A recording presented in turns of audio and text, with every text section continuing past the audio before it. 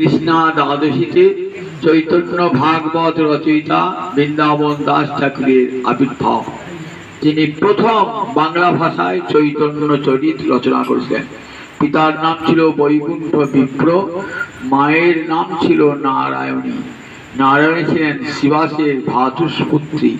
শিবাসের জ্যেষ্ঠ ভ্রাতা নলিন পণ্ডিতের কন্যা ছিলেন নারায়ণী।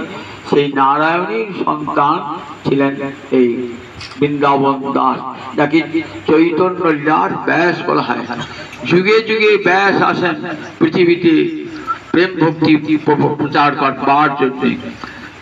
বেদব্যাস জন্মেছিলেন কৃষ্ণলীলা প্রচার করবার জন্য, পরবর্তীকালে গৌরলীলা ব্যক্ত করবার জন্য। সেই বৃন্দাবন দাস, সেই ব্যাস দেবী হইলেন বৃন্দাবন দাস। আগামীকাল এই বৃন্দাবন দাস ঠাকুরের আবির্ভাব তিথি, সেই গোবিন্দ মন্দিরে আপনাদের শোনাবো বৃন্দাবন দাস ঠাকুরের কথা। জানি